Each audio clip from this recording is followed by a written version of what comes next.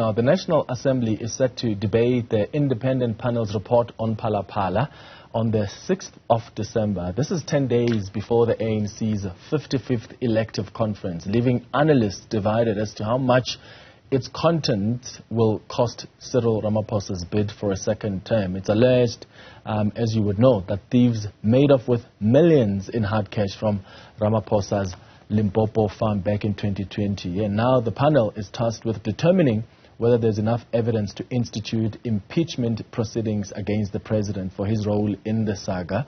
I'm now joined by political commentator Vusi Motha to discuss what's been happening, the debates around that independent panel. Mr. Chirwa, thank you so much for making time. Isn't it interesting how members of parliament are pushing for this report to be made public with no regard for parliamentary processes, so that it can somehow influence in one way or the other the conference of the ANC, but the same members of parliament want to tell you that, well, we are actually not proxies here. Indeed, Clement, good afternoon. It's not members of parliament, it's members of parliament of certain political parties. Generally, any report in parliament gets to be processed. It's received by the speaker, it's looked at, and then it's tabled. Sorry. And then later, you then say what is there. It would appear, though, that for some political parties, this has got less to do with the search for the truth and more to do with internal ANC processes. I just hope, though, that, the content, whatever the outcome, people are going to look at it without regard to the elections. It's ironic, though, also that, if I say to some people, yes, it's a report of the panel, parliament can accept it or reject it. Yeah. Some people will say, no, you can't do that. But the same parties that say, no, you must accept it as it is, were the same one that didn't accept the panel on the current PP Mkhwebane. Yeah. Yeah, and I was about to speak to that specific example, because once this report is finalized, the independent panel gives it to the National Assembly, and it will either be rejected or adopted, and that's normally the normal process, right?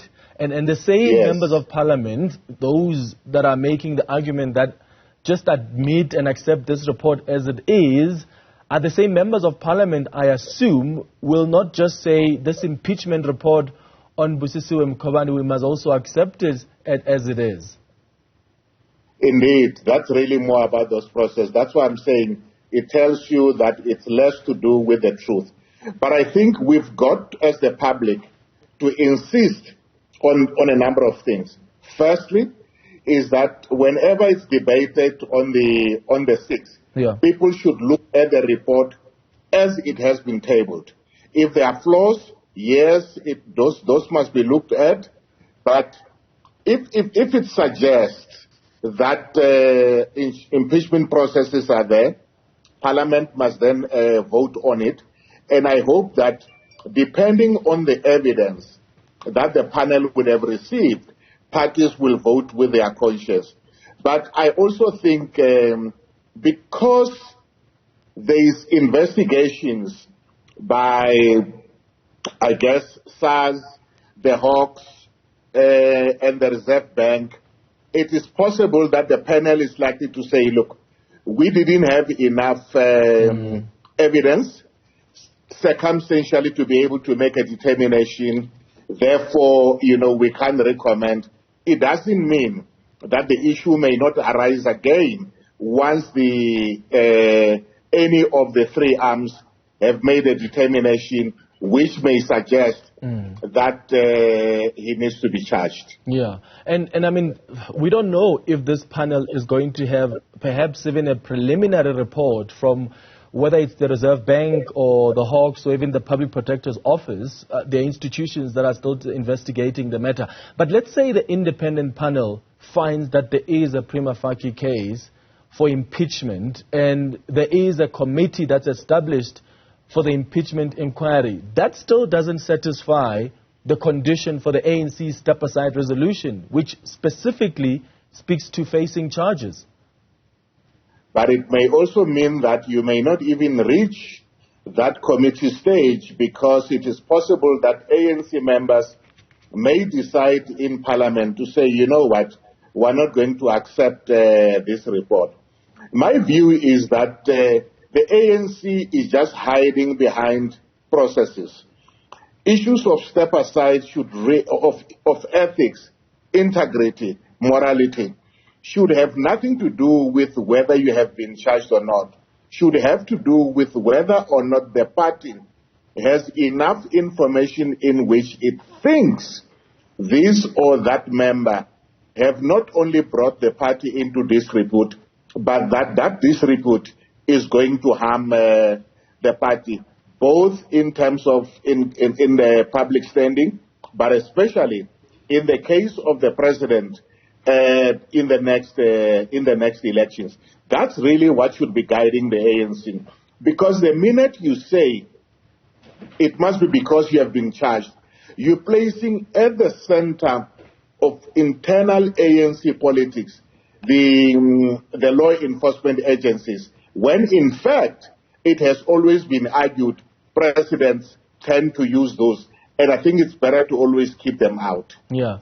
But as an ethical leader, is that not the best thing to do, to say, hey, even though, this report, finds this, but it doesn't satisfy that step-aside resolution, maybe I should move aside. I mean, this is the man who suspended the public protector to allow for that impeachment process to unfold. And I know it's different and the Constitution allowed for that action, but as a matter of principle and as a matter of ethics, do you not say an impeachment inquiry is quite a serious process, that it may help that I give that process space?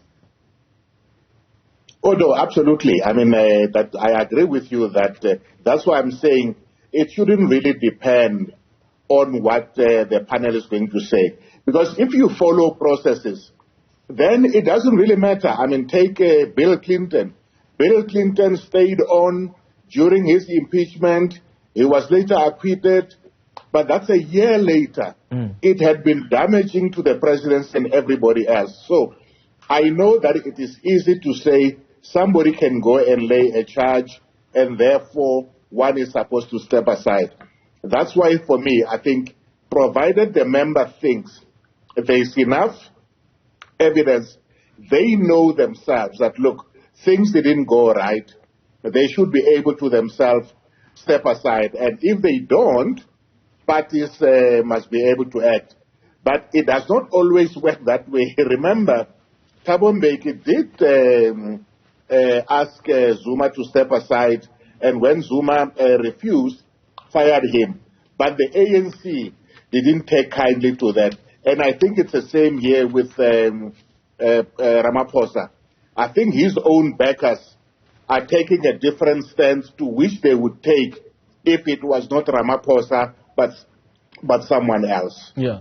I want us to talk about timing now, because it becomes quite important in politics. Let's say, so if the Hawks, the public protector, and the Reserve Bank release their findings before conference, do you think that will be seen as trying to influence the conference? I mean, I remember in 2003 when Bulelani Ngcuka announced that a prima facie case of corruption existed against Jacob Zuma. He was then the deputy president at the time, but he decided not to prosecute him because the case was unwinnable, and that set in motion a process that saw a deputy president being dismissed, the president resigning, and the same deputy president elected again as president.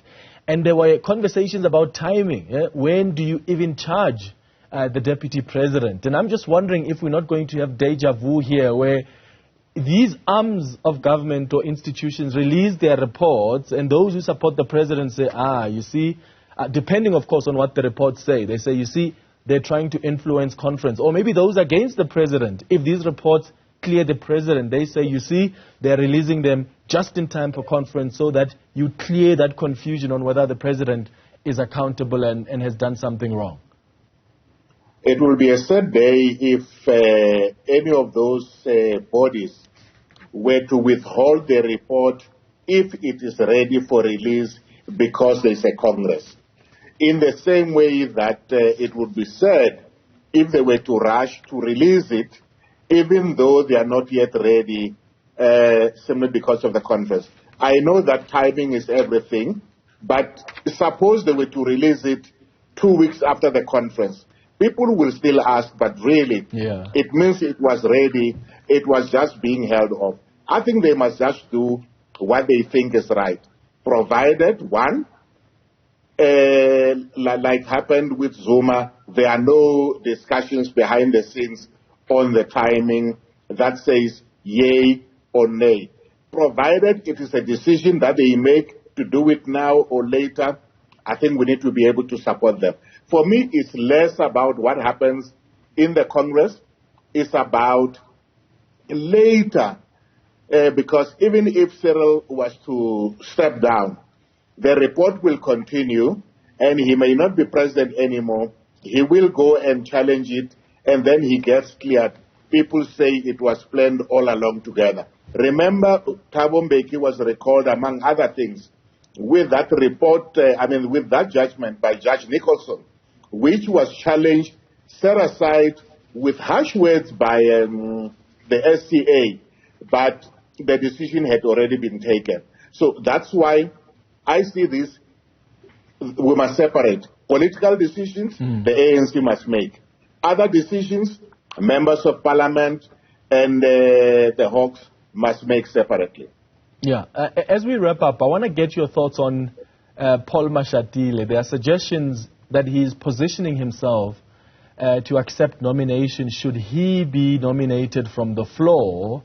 And I see that some regions and even some of the branches there in KwaZulu-Natal are not happy about it because they want him to expressly state, are you willing to work with our candidate or not? What do you make of that? And do you think, given the controversies surrounding the top two presidential contenders, Zweli Mkhize and Cyril Ramaphosa, he may just be in the right position to fill in that gap?